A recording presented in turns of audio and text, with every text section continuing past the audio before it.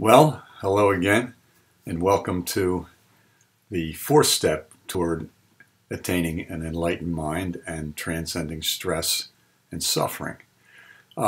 Before we get into this fourth step, I wanted to do a little background again. Remember that what we're aiming toward in terms of exploring who we are as consciousness is really a shift that takes place finally, and it takes a variety of ways to try to convey this material so that, as in the analogy of uprooting a tree, a small tree, you have to dig all the way around, you have to get under the roots to really uproot it. So there's going to be repetition in what I'm saying, as there is in material when you read Eckhart Tolle or any other spiritual teachers' material on this. And as from a psychological standpoint, I come at it from a little different standpoint and trying to look at how we're retraining our mind and getting it to notice. So it's a really reminder emphasis with RE-mind, remind the mind. And it's a kind of a turning inward toward that which is most fundamental in us.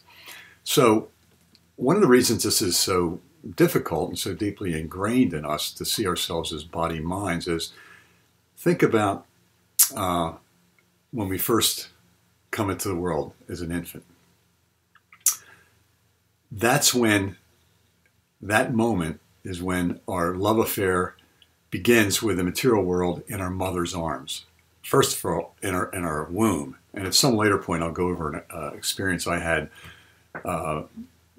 with a special technique offered by a psychiatrist named Stanislav Grof, who used a shamanic technique to help us access our birth experience, re-experience our birth in the different phases. Anyway, so even in our mother's womb, we're totally dependent.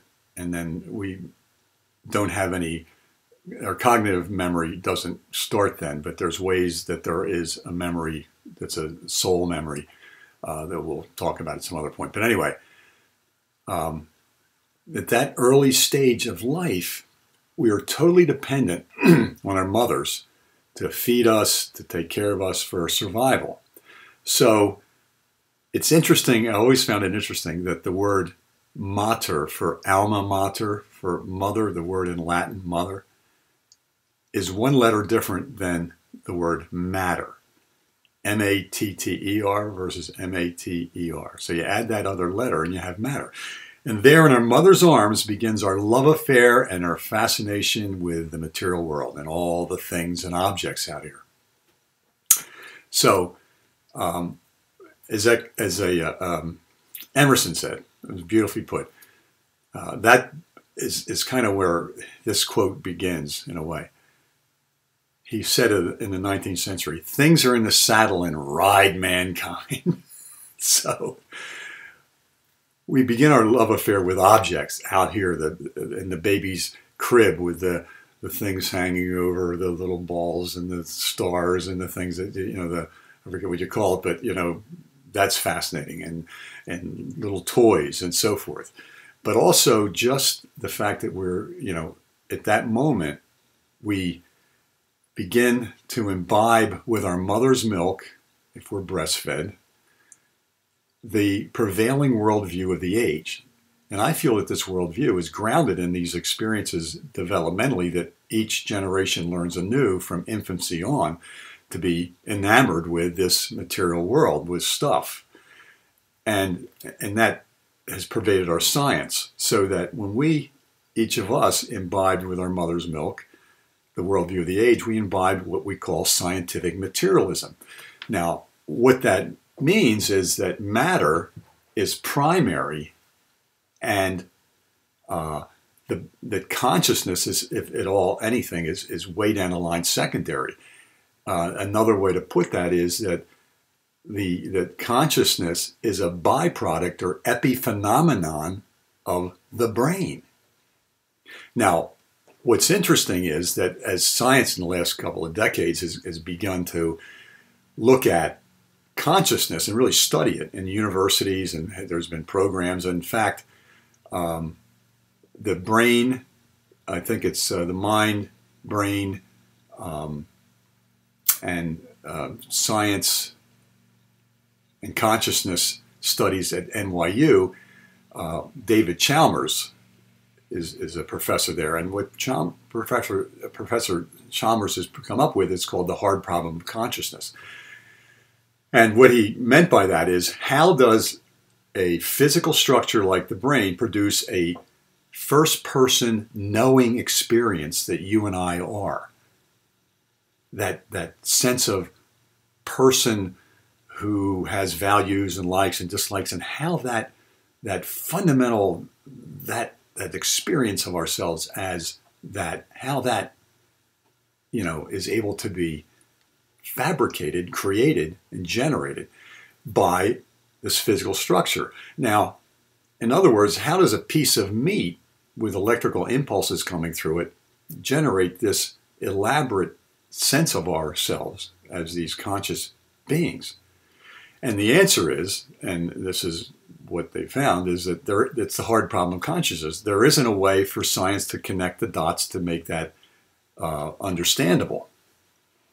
And one of the clearest examples of this was when Eben Alexander, a Harvard-trained neurosurgeon, had this near-death experience that lasted over a few weeks, where he had contracted a kind of meningitis. And he had these experiences.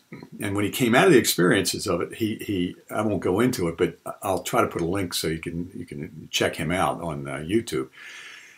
When he came out of the experience, he said, there's no way that what I learned at Harvard about the brain and consciousness is accurate. There is no way that the consciousness comes from the brain. It's more fundamental and primary. It's prior to consciousness. But since we are, each of us as infants on, have really been so rooted in this idea of the body, and in fact, science works with the assumptions being that matter is primary. We look at genetics and so forth for medicine and so on. But even somebody like Bruce Lipton, a biologist who shifted from a traditional viewpoint, that he saw that the cells have a consciousness in them. And he saw that, for example, that the biology of belief was his work, his book. And the biology of belief is that beliefs affect our genetics, so that it's not so much some physical cause that leads to all these outcomes medically for our inheritance of things. And for myself, at some point, I'll go into my glaucoma and how there's a psychogenic basis for it that's not just about the body, inheriting genes, which is such a nice concrete thing. So what Bruce Lipton found was, you can have a family that has a proneness to cancer, and they adopt a child whose family of origin, the adopted child, doesn't have cancer in it at all. And yet later on, this child who doesn't have any predispositions for cancer ends up with cancer in that emotional field of that family that has a proneness to cancer. So if you think about it, no scientist, no brain surgeon, excuse me, has cut into the brain and found consciousness. So that even as science is trying to take a look at what consciousness is, it's treating it almost like an object instead of that which consciousness is, which is the subject that sees but cannot be seen, hears but cannot be heard, touches but cannot be touched, thinks but cannot be thought about. That we're that primary fundamental substratum for all that we experience in the world. So that the three areas of experience, mind, thoughts, they're objects, inner objects, feelings, sensations in the body, inward objects, but they're objects still. And then externally, seeing, hearing, touching, tasting, smelling, those objects that we pick up with those activities, sights, sounds, touches, tastes, smells, and so forth. So in that regard, then, this fourth step is really, well, let me say this before I go into that. So what's most important and most fundamental, this idea of consciousness, think about this. If we're in a room listening, as you are listening to me right now, as I'm speaking in this room I'm in, and you're in your room, that we're focusing on what I'm saying, you're hearing my words, we're looking at the vision on the screen, and that seems to be what's important. But what's really important, without which none of this could be happening in this physical structure right now, is invisible and unseen. So what seems important is not as important as the invisible air in the room. Without that air, none of this happens. You know, after a certain point, we're gone. We expire without that inspiration, that inhalation of air. And that's why spirit in the ancient traditions was often connected with the breath. And so breathing in that invisible is what's keeping all this going and alive. And so similarly, consciousness is like that. Consciousness is like the air we breathe, in that it's something we take for granted. And so that's what we're looking at. So in this fourth step, let me add this also. My friend Therese Jornlin, I'm going to put a link for her. She's got a great series of talks and teachings on and exercises on breath as medicine. So when you think about breathing and you think about inspiration, inhalation, the breath in ancient times is associated with spirit, and that's a traditional term for consciousness. So that spirit, that consciousness, is the most fundamental thing, just as the air is fundamental for our survival. Okay, so for the day's fourth step, it's very simple, basically. Every night when we go to sleep, we have dream sleep, rapid eye movement sleep, followed by deep sleep. And so what we discover in deep sleep is that the mind has shut down, so there's really no internal objects like there are in dream sleep, where we see images, people, places, things, and we have experiences, and we may fly, and we may be in a conflict, we may be driving our car, whatever. All these things are happening in our people, places, and things, which are all being generated by our mind, but they're images, okay? Now, in deep sleep, after rapid eye movement sleep, when you go into deep sleep, there is an absence of objects. And so the definition of what happens in deep sleep, according to Rupert Spira, which is beautifully said, I heard in an interview with Deepak Chopra, is deep sleep is not the absence of experience, it's the experience of absence.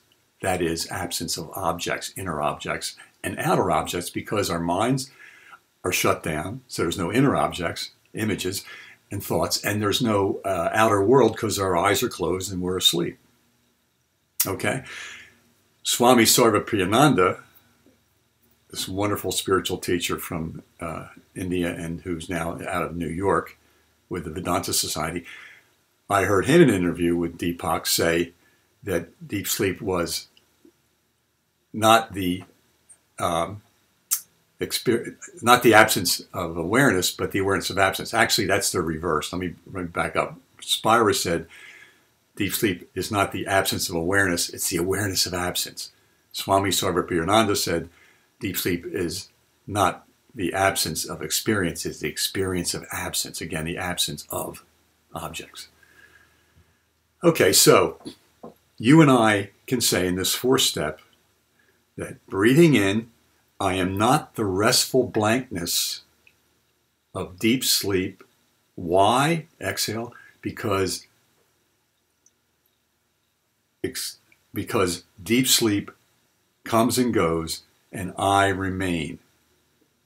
That is, deep sleep changes, alternating with dream sleep and deep sleep until we wake up.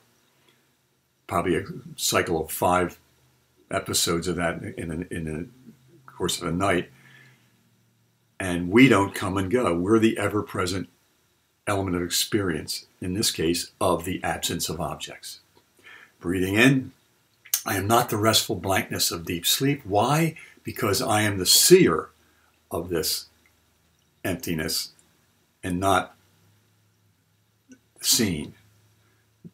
The emptiness, the absence of objects is what is seen. So breathing in, I am not this restful blankness of deep sleep. Why? Because I am the knower of this absence of objects, and it is the known. Breathing in, I'm not this restful blankness of deep sleep. Why? Because this restful blankness is experienced, and I am the experiencer. So again, you're going through the same steps as we applied to other states. In this case, it's the state of deep sleep. Now, this week, I want you to consider how peaceful that is. And now think about this too, because we don't remember it. Why? Because there's no objects to remember. There's nothing like dream images or thoughts or experiences to remember. There is just the blankness. Swami Sarvapriyananda put it beautifully, I thought, when he said that our life is a really a constant interplay between the waking movie with the waking self, our waking body, mind, in the waking movie with the waking world. And then when we go to sleep at first with rapid eye movement sleep, we have the dream movie with all the dream self and the dream world and all the things that are happening there, and the dream mind as I'm thinking, as well as the waking mind. So now, deep sleep becomes the intermission between these two movies. So again, our life is really two movies with the deep sleep intermission. The waking movie and the dream movie. Okay? Think about that. Every day you have a waking movie and you are like that screen in which the movie's playing. And then when you go to sleep, you're still the same screen in which the dream movie's playing, the screen of consciousness. And then when you are in deep sleep, you're that screen which is the witness of the deep sleep, which is where the deep sleep blankness is played out. So think about that this week, that you are that in which the waking movie, the dream movie, and the deep sleep intermission appear and disappear, come and go. You are that fundamental, as fundamental as this air is to our breathing and being alive, our aliveness, as you listen to me as I'm speaking. And we take that for granted, so that what's difficult to understand, and even science has been grounded so much in a material, matter is primary, and consciousness is some sort of spark that happens later. No.